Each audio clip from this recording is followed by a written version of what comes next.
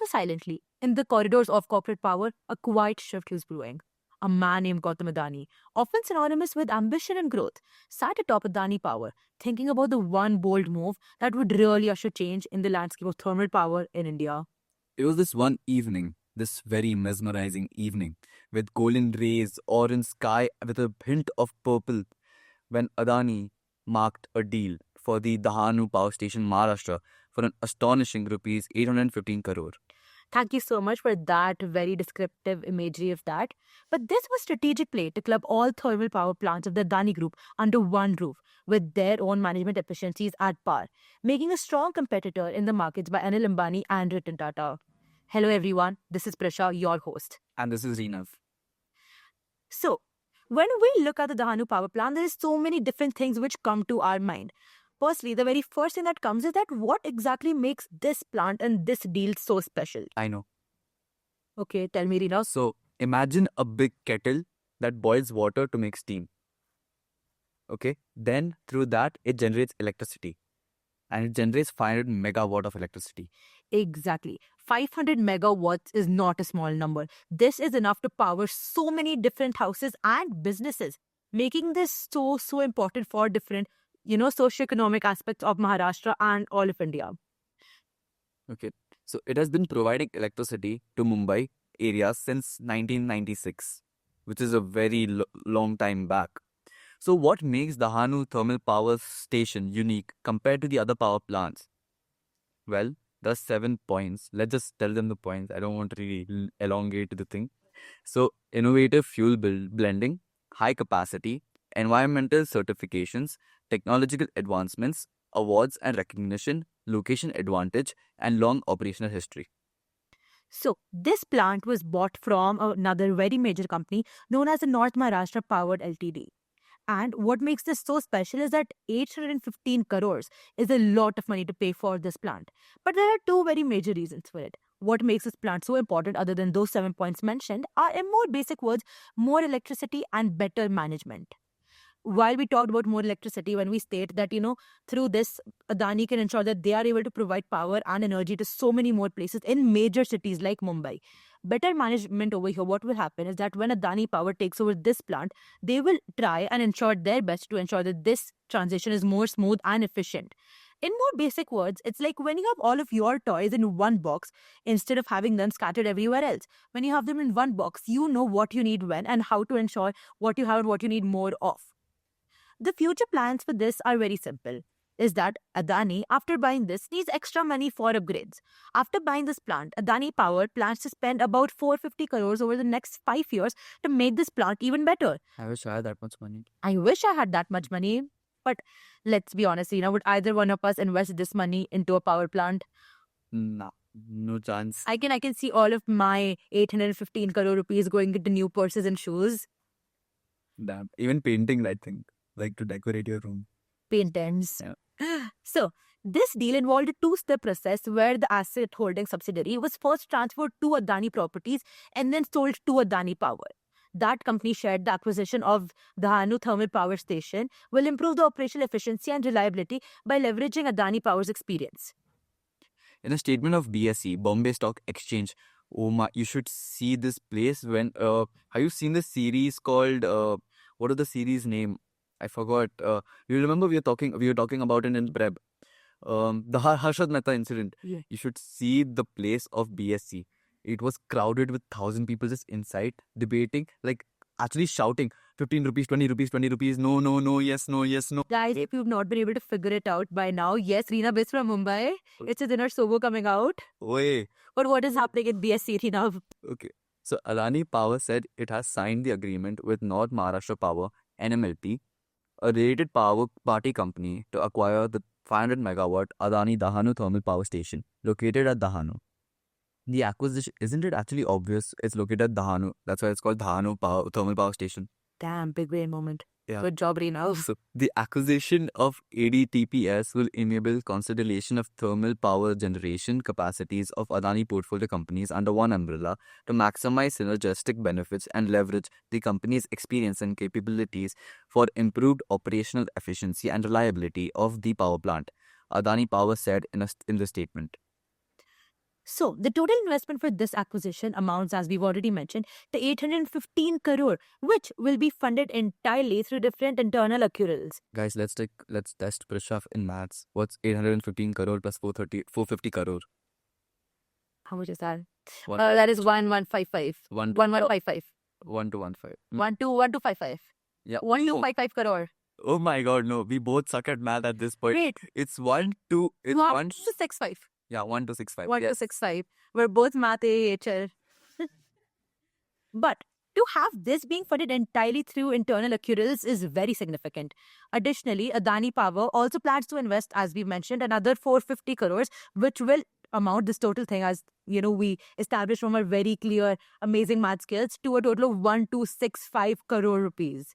So, acquiring this plant was more than just it being a financial transaction. What is so important over here is also the support they received from the state government. This deal occurs within a major, broader political landscape where the Maharashtra government has been supportive of Adani's ventures. This relationship may facilitate smoother operations and regulatory approvals, benefiting both the company and the government, and leading up to the question, what other investments does Adani plan on making in the state of Maharashtra? But don't you also feel like, imagine making 500 megawatt of electricity? There has to be some disadvantage to the environment. Exactly. So there are different environmental goals which, the Dahanu power plant is also looking into to ensure that their project is more sustainable. And this is about the alignment with the ESG norms. The acquisition aligns with Adani's commitment to environmental, social and governance, or the ESG standards. By investing in existing infrastructure and improving efficiency, Adani Power can try its best to appeal to the ESG-focused investors and enhance its sustainability credentials. But let's take a real world example. Just cause. Now, who doesn't love chikkus, okay? Like, chikkus are chikkus, you know? Yes. So, I'm yeah, allergic to chikkus. oh, that's sad. Yeah. So, Yadzi Patel has been farming chikku since 1983, a fruit that once thrived in the region. However, he reports a staggering 70% drop in the yield over the years, which he attributes to several factors, including the thermal power plant's operation. The plant burns approximately 6,000 tons of coal daily. Now, imagine the carbon footprint of the Dahanu power station just from burning I coal. cannot even imagine the amount it contributes to air pollution and will definitely impact the local climate of that area. And Patel Lamins, that is farm located just 12 kilometers away from the plant, has suffered significantly since its establishment, saying, let's just say that Dahanu has stopped laying its golden eggs. I can imagine the air quality in the Hanu has clearly deteriorated over time, with surveys indicating unhealthy to hazardous levels of pollution across multiple locations. This decline in air quality not only affects agriculture output but also poses health risks to local residents, including farmers like Yasdi Patel. The community's resistance to the power plant was initially strong. However, legal challenges have largely failed to halt its operations. The acquisition by Adani Power is viewed with skepticism by many locals, but the company claims that consolidating its thermal power generation will enhance operational efficiency and reliability. Residents like Patel fear that such corporate moves prioritize profit over environmental sustainability and community welfare. The story of Yazdi Patel and others in the Hanu highlights a complex interplay between industrial development and local livelihoods. As Adani Power moves forward with its acquisition and plans for investment and operational improvement at the Dahanu Power Station, it remains crucial for stakeholders to consider the environmental and social impacts on affected communities. The ongoing challenges faced by local farmers serve as a poignant reminder of the need for sustainable practices that protect both economic interests and ecological health. However, isn't these stories always from a dual perspective? There have to be advantages too, right? Exactly. We cannot completely forget about the different socio-economical advantages of the Dahanu power plant. The first and the most important one, talking about its job creation and revenue. The plant contributes about 15 to 16% of the Adani Electricity Mumbai Limited is annual revenue and around 10% of its EBITDA. This economic activity supports jobs not only at the plant but also in related sectors, contributing to the local economy and providing livelihood for millions of families. And also, while we have spent so much time talking about the different environmental issues with it, we also have to acknowledge the fact that the Dahanu plant has implemented various environmental management practices, including the use of electrostatic precipitators to minimize emissions and the highest target in Asia for better dispersion of particulate matter. These measures help reduce the environmental impact of the coal-based power generation, which is essential for maintaining air quality in the region. Moreover, they also implement a very, very strategic infrastructure over here. Grid stability talks about the Dahanu power plant playing a crucial role in the inlanding scheme of Mumbai's power network. This means that it helps maintain a power supply stability during grid distributions, ensuring that residents and business experience fewer outages. Do you understand what's meant by this? No, I really don't. That So, Reena, you live in Mumbai. How many times does the light go? not so much. Not Okay. so much. So, this happens through a very systematic grid. That also like electricity bills. If you don't pay, obviously you won't get it. Yeah, obviously, we're talking about power outages over here. If you're not getting light because you're unable to pay electricity bills, that is a secondary thing. But power outages in Mumbai are managed through a full grid system. This grid system is basically that every region in Mumbai is divided into grids, and certain grids are, provided electricity through certain plants. Without Okay. without having a extremely efficient and good plant like the Dahanu power plant being in place, so many of these regions in Mumbai would not be able to receive constant electricity. And constant electricity, let me tell you, is so important right now because with electricity, hospitals function better, houses are able to work more efficiently, job and workplaces are able to work more efficiently. And this also means that in such a populated place like Mumbai, when you have places going all the way from Dharavi to Bandra, you can ensure that everyone has electricity. But guys, if Adani didn't buy it, I would buy it for y'all. Okay, I'm a very generous person. Very generous person. Rina, where would the 815 crores come from? I get it. He'll get it, guys. Okay, but there's also one more thing I would like to add on is the reduction in overhauling time. The plant has implemented work producers that significantly reduce the overhauling period about 15 days, resulting in substantial savings in generation revenue by minimizing downtime. Exactly. When we are able to save revenue from one place, that will go into other places, benefiting population as a whole more. And let's be honest, Adani has had very good future transition plans for this too.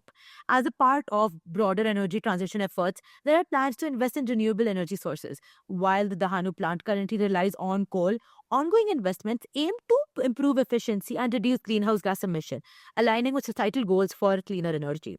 If my grid is on Adani's Dahanu Power Station, thank you. Yes, Reno would like to thank everyone, all the members of Adani listening to our episode right now. In summary, the Dahanu power plant is vital to society due to its role in providing reliable electricity, supporting economic growth, implementing environmental managing practices, ensuring grid stability, and transitioning towards more sustainable energy solutions. But despite of all of this, we cannot forget about the current ongoing socio and environmental economic struggles faced by the people over there. And this is a very one clear thing I understand from Farmer Patel's example. It is always the most vulnerable populations, such as those of farmers, which are impacted the most by such major economic True. moves. So, this leaves us to the question, whom does the Dahanu power plant really benefit? The millions of privileged people sitting in Mumbai or the farmers living around Dahanu? Who is this project truly aimed at? Is the plant even good? Is the plant even good? We don't know the dark side. Now, this is a question for the readers to think about. And that was today's Star Talks episode. We hope we left you with a thought, and we hope to see you again during our next episode.